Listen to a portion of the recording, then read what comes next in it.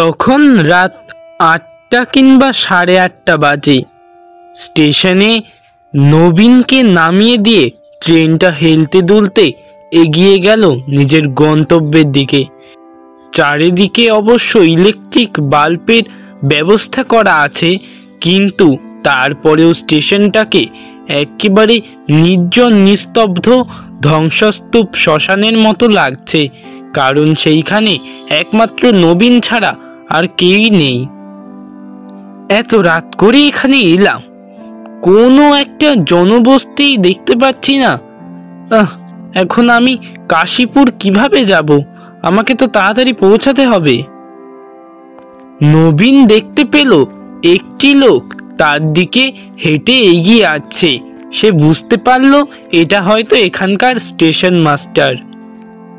তা মশাই, এখন রাত ৮:৩০ বাজে, আপনি এখানে এত রাতে এসেছেন কেন? কি আর বলবো বলুন তো, এখান থেকে প্রায় 10 কিলোমিটার দূরে কাশীপুর। এখন আমি সেইখানে যাবোটা কি করে বলুন তো? কি জ্বালায় পড়লাম। তা বলি, কাশীপুরে আপনার কি কাজ? এত তড়িঘড়ি করে কাশীপুরে গিয়ে আপনি কি করবেন শুনি? আসলে আমি কাশীপুরে একটা প্রাইমারি স্কুলে শিক্ষকতার চাকরি পেয়েছি, সে কারণেই যাচ্ছি ওখানে। আচ্ছা, কাশীপুর যাওয়ার রাস্তা আমি আপনাকে বলে দিচ্ছি। এদিক দিয়ে সোজা চলে যান, গিয়ে একটা চায়ের দোকান দেখতে পারবেন, বুঝতে পারলেন? চায়ের দোকানের পরেই হচ্ছে গিয়ে মেঘনা নদী। ওই মেঘনা নদী পেরিয়ে আপনাকে ওপারে যেতে হবে, তারপরেই আপনি কাশীপুরে পৌঁছে যেতে পারবেন। কিন্তু এত রাতে আপনি গ্রামে গঞ্জে মাছি পাবেন তো? অসংখ্য ধন্যবাদ আপনাকে, আমি এখন আসছি, না হলে অনেকটা দেরি হয়ে যাবে আমার। এই বলে নবীন সেখান থেকে তরতর করে হেঁটে এগিয়ে যেতে শুরু করলো কাশীপুরের রাস্তাটার দিকে। কাশীপুরে যাওয়ার আগে একটি চায়ের দোকান, তারপরে মেঘনা নদী, তারপরেই কাশীপুরের রাস্তা। হাঁটতে হাঁটতে ৫-১০ মিনিট এমনভাবেই কেটে গেল। হঠাৎ করে নবীন তার চোখের সামনে একটি চায়ের দোকানকে দেখতে পেল। চায়ের দোকানে ৩জন লোক বসে রয়েছে, এক চাওয়ালা আর ২জন গ্রামবাসীরা। আজ্ঞে মশাই, এইখানে আপনারা কি কেউ মাঝি আছেন? আমার খুব দরকার, এই মেঘনা নদীর ওপারে যেতে হবে আমাকে। সে কি বলছেন? মেঘনা নদীর ওপারে যাবেন? মেঘনা নদীর ওপারে তো কেউ যায় না। কি হয়েছে? কি দরকার ওখানে? আসলে কাশীপুরে আমি একটা চাকরি পেয়েছি শিক্ষকতার, প্রাইমারি স্কুলের, সে কারণে ওখানে আমাকে যেতে হবে, বুঝতে পারলেন? সেটা তো বুঝলাম, কিন্তু কাশীপুরে পৌঁছাতে হলে আপনাকে মেঘনা নদী তো পের হতেই হবে না? কিন্তু এখন মাছি পাবেন কোথায়? গ্রামগঞ্জে ৭টার পরে তো কেউ থাকেই না, মাঝিরাও বাড়িতে চলে যায়। হ্যাঁ হ্যাঁ, আপনি আজকে এখানে সেখানে কোথাও একটু রাত কাটিয়ে দিন, দয়া করে। কাল কাল আপনি চলে যাবেন কাশীপুরে। না না, আমার কালকে গেলে যে হবে না, আমাকে আজকেই যেতে হবে। একটা ঘরেরও সেটেলমেন্টের বিষয় রয়েছে, তাই আজকেই যাব আমি। আপনি কি করবেন না করবেন সেটা আপনার বিষয়, আমাদের দায়িত্ব মনে হয়েছে যে আপনাকে বলে সতর্ক করা, তাই করলাম আর কি। আরে মশাই, আমি তো নিজের মধ্যেই যাচ্ছি নাকি? আপনারা তো এসে যাচ্ছে কিসে? আপনি ছাড়ুন তো এসব, আমি দেখছি এগিয়ে গিয়ে। হ্যাঁ। আরে রাগ করবেন না, রাগ করবেন না, শুনুন আমার কথাটা। আপনি একজন মাঝিকে পাবেন, তার নাম হারান। কিন্তু সেই হারান মাঝির সঙ্গে আবার এদিক ওদিক যাবেন না, সোজা ওপারে কাশীপুরে নেমে যাবেন, আর অন্য কোথাও কিন্তু খবরদার যাবেন না, বুঝতে পারলেন? আরে পাঁচু, তুই চুপ কর তো। উনি যা ভালো বুঝবেন উনি সেটাই করবেন, আমাদের এত মাথা ঘামিয়ে কোনো প্রকার লাভ নেই, বুঝতে পারলি? সেখান থেকে নবীন তাড়াতাড়ি করে বেরিয়ে এলো। ওইখানে যত নবীন থাকবে ততই নবীনের মাথা আরও গরম হতে থাকবে। গুরুজন মানুষ, কিছু নবীন বলতেও পারল না। আর সেহেতু নবীন আর মনের মাঝে রাগ নিয়ে এগিয়ে চলল। ঘাটের কাছে এসে দেখে কোনো নৌকা নেই। তার মুখে একটা হতাশার কালো ছায়া নেমে আসে। সারাটা নদীতে একটা মাত্র নৌকা সে দেখতে পাচ্ছে না। সে ভালোভাবে চারিদিক লক্ষ্য করতে থাকলো, কিন্তু কোথায় কি, কিচ্ছুটি নেই। হঠাৎ করেই তার চোখে একটা ডিঙি নৌকা পড়ল। নৌকার মধ্যে এক প্রাপ্তবয়স্ক বৃদ্ধ লোক বসে রয়েছে। হারিকেনের আলোয় টিপ টিপ টিপ টিপ করে দেখা যাচ্ছে সেই বৃদ্ধ লোকটির মুখ। এই যে শুনছেন, আমাকে একটু নদীর ওপারে মানে কাশীপুরে পৌঁছে দিতে পারবেন? আমি আপনাকে দ্বিগুণ ভাড়া দিতে রাজি। আরে আসেন আসেন, আমার কাজই তো লোকজনকে পারাপার করে দেওয়া। এর জন্য আমি দ্বিগুণ টাকা নিতে পারি না। যেটুকু টাকা আপনি সেইটুকুই দিবেন। তাড়াতাড়ি উঠে আসুন। এরপর নবীন সেই বৃদ্ধ লোকটার ডিঙি নৌকায় চেপে বসলো। চারিদিকে মেঘাচ্ছন্ন হয়ে রয়েছে। কখন যে বৃষ্টি হুড়মুড় করে নেমে পড়ে তার কোনো ঠিক নেই। তা বলি বাবু, কোথায় যাওয়া হচ্ছে? নদীর ওই পারে কাশীপুরে আপনার কি কাজ? কোনো আত্মীয় বাড়ি বেড়াতে যাচ্ছেন নাকি? আগে বেড়াতে নয়, কাশীপুরের প্রাথমিক বিদ্যালয়ে আমি শিক্ষকতার চাকরি পেয়েছি, সেই কারণেই যাচ্ছি। আজকেই সেটেলমেন্টের একটা ব্যাপার আছে, তাই আর কি। হঠাৎ করেই মুহুর্মুহুর ধারায় বৃষ্টি পড়তে শুরু করলো। চারিদিকে বাজ পড়ছে। যা, 16 কলা পূর্ণ হয়ে গেল। আজকে আমি যাব তাড়াতাড়ি করে, আর এক্ষুনি বৃষ্টি নামতে হবে। এখন কি করব? পুরো ভিজে যাচ্ছে যে। বাবু, আমি আপনাকে প্রস্তাব দিচ্ছি একটা, রাখবেন? আপনার কষ্ট হবে না। এই সামনেই আমার বাড়ি, আপনি চাইলে রাতটা কাটিয়ে দিতে পারেন আমার বাড়িতে। ভেবেছিলাম আজকে রাতের মধ্যেই আমি কোয়ার্টারের ওইখানে পৌঁছে যাব, কিন্তু যা বৃষ্টি হচ্ছে দেখছি, আপনার বাড়িতে গিয়ে আশ্রয় নেওয়া ছাড়া তো উপায় দেখছি না। তাহলে আর দেরি কিসের? তাড়াতাড়ি করে আমি নৌকাটা ফিরাই, আমার বাড়ির দিকে নিয়ে যাই, না হলে বৃষ্টিতে তো ঠান্ডা জ্বর কাশি হয়ে যাবে আপনার। এরপর লোকটা নৌকাটাকে তার নিজের বাড়ির দিকে এগিয়ে নিয়ে যেতে থাকলেন। মাঝ নদীতে এক তীব্র স্রোত উঠেছে, যেন এই স্রোত এক ঘূর্ণিঝড় বা বড় আকার ধারণ করতে পারবে।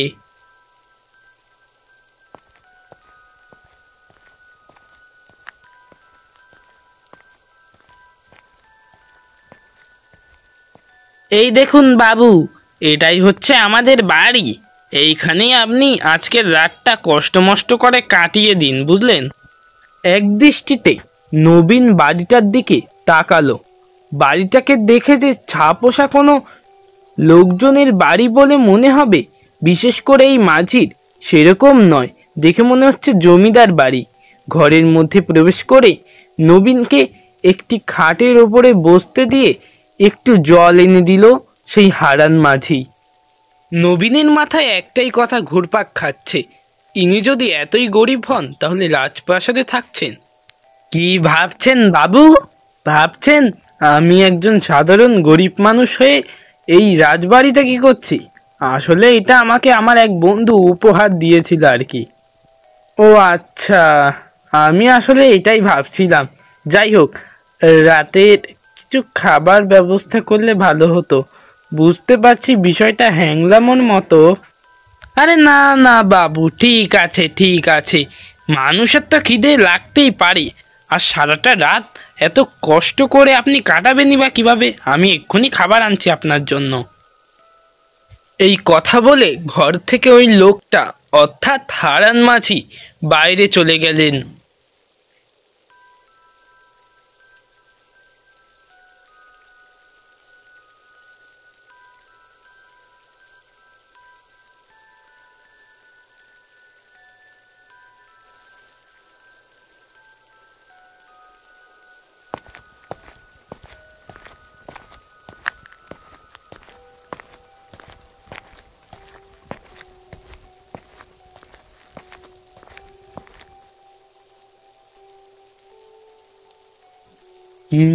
কোথায় তুমি? তাড়াতাড়ি বাইরে বেরিয়ে এসো, এখন যে তোমার পালা।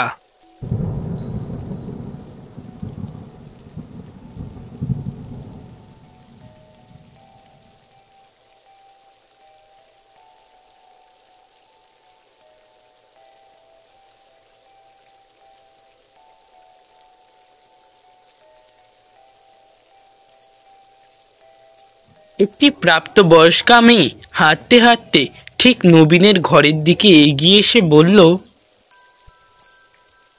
আমি কি ভেতরে আসতে পারি? নবীন প্রায় কিছুটা হকচকিয়ে সামনের দিকে তাকিয়ে দেখতে পেল একটি সুন্দরী মেয়ে দাঁড়িয়ে রয়েছে। হ্যাঁ হ্যাঁ, কেন নয়, আপনি ভেতরে আসতে পারেন, আসুন আপনি, আমার কোনো আপত্তি নেই। আপনি কি এই বাড়িরই কেউ নাকি? বলার সাথে সাথেই মেয়েটি ঘরের ভেতর ঢুকে গেল, যেন এই কথাটা শোনার জন্যই অপেক্ষা করছিল। ওই মেয়েটি ঘরের ভেতরে এসে ঠিক নবীনের সামনে এসে দাঁড়ালো। মেয়েটি, মানে আপনার নামটাই তো জানা হলো না, আর আপনি এত রাতে আমার ঘরে কি করতে এসেছেন?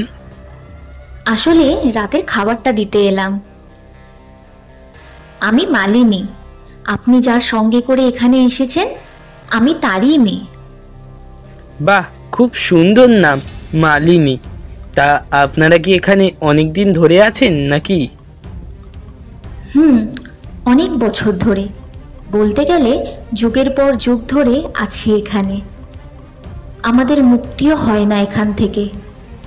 যুগের পর যুগ হতে তো বুঝলাম যে ছোটবেলা থেকেই আছেন, কিন্তু এইখানে মানে মুক্তি হয় না এখান থেকে, এটার মানে আপনি কি বলতে চাচ্ছেন? মানে কিছু নয়, আপনার খাবার এনেছি, সেটা তাড়াতাড়ি করে খেয়ে নিন। আর কিছু দরকার হলে আমাকে বলবেন, কিন্তু কোনো রকম সংকোচ বোধ করবেন না। এই বলে মেয়েটি ঘর থেকে বেরিয়ে গেল।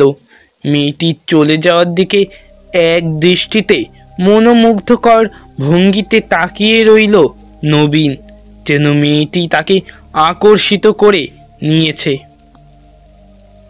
মেয়েটি একটু হেসে নুপুরের ছলাৎ ছলাৎ শব্দ করে বেরিয়ে গেল সেই ঘরটা থেকে।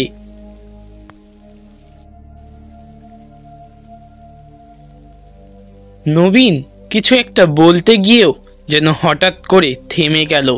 তার মুখে কথা এসেও সে যেন বাকরুদ্ধ হয়ে গিয়েছে। তার গলা থেকে আওয়াজটা যেন আর বেরই হতে চাইল না। বিছানার উপরে মেয়েটি খাবার রেখে গিয়েছে। খাবারের থালায় রয়েছে অনেক রকমের পদ, শুক্তো, আমের চাটনি, সাথে পাঁপড় আর বাসমতি চালের ভাত, সঙ্গে সোনামুগ ডাল আর খাসির মাংস আর দুটো পেঁয়াজ কাটা। এমন সুস্বাদু খাবার দেখে নিজেকে আর সামনে না রাখতে পেরে নবীন সমস্ত খাবার কপকপিয়ে খেয়ে বাধ্য হয়ে এক প্রকার খাটের ওপর শুয়ে পড়ল। এমন বৃষ্টি ভেজা রাত, এমন সুস্বাদু খাবার খেলে কার ঘুম হবে না? ঘুম হতে বাধ্য। নবীন বিছানার ওপর একপাশ ফেরে ঘুমোচ্ছে। বাইরে ঝড়ো হাওয়া এবং সঙ্গে সঙ্গে বিদ্যুতের ঝলকানি স্পষ্ট লক্ষ্য করা যাচ্ছে। কান পাতলেই শোনা যাচ্ছে মুহুর মুহুর রিমঝিম ধারায় বৃষ্টি হওয়ার প্লাবিত শব্দ। কিন্তু হঠাৎই এর মাঝে নূপুরের একটা আওয়াজ আসতে থাকে। কেউ যেন এগিয়ে আসছে নবীনের ঘরের দিকে। কিন্তু কে সে? কে? নূপুরের শব্দ শুনে তাড়াতাড়ি খাটের ওপর থেকে উঠে বসলো নবীন। এই নূপুরের শব্দ তো মালিনীর, আর মালিনীর চুলের সেই আতরের গন্ধ তার নাকে আসতে শুরু করে। গায়ে গায়ে দেওয়া চন্দনের প্রলেপ, সমস্ত গন্ধে ঘর একেবারে পরিপূর্ণ।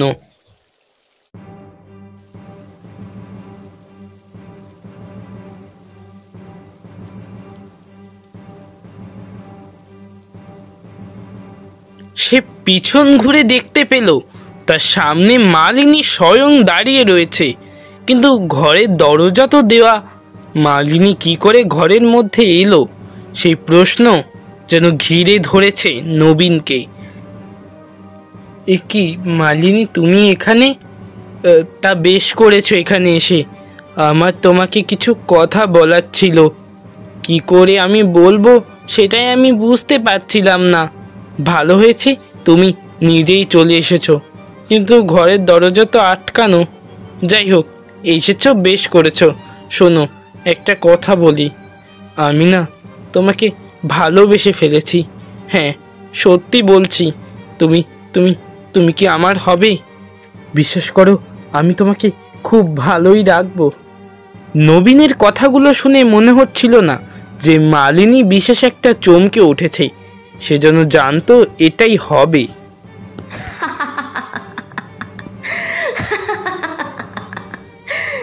সেটা কখনোই সম্ভব নয়, কারণ আমি যে মানুষ নই, আমি অশরীরী। আমার খাদ্য হবে তুমি।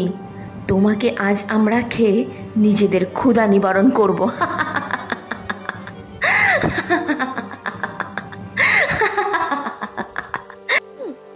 এসব কি মালিনী? তুমি তুমি সাধারণ কেউ নও, তুমি পিশাচিনী।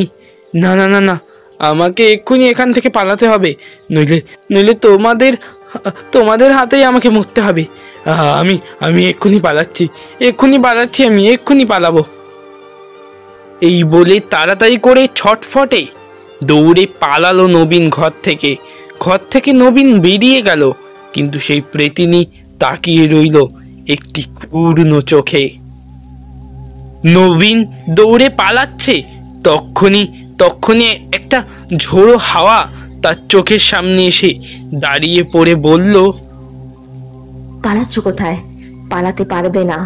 আমাদের কবল হতে কেউ পালাতে পারেনি, তুমিও পারবে না।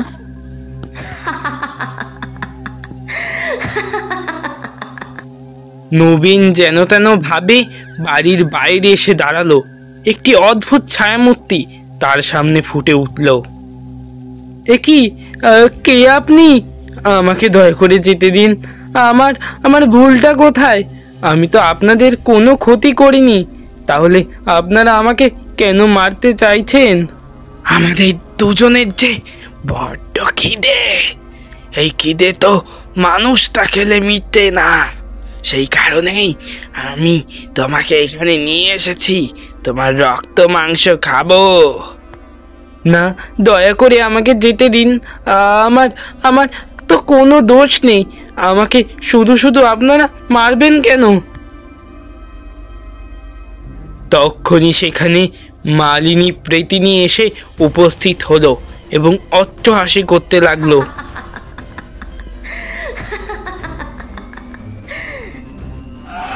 হঠাৎ করেই নবীনের আত্মচিৎকারে জায়গাটা যেন ফেটে পড়ল।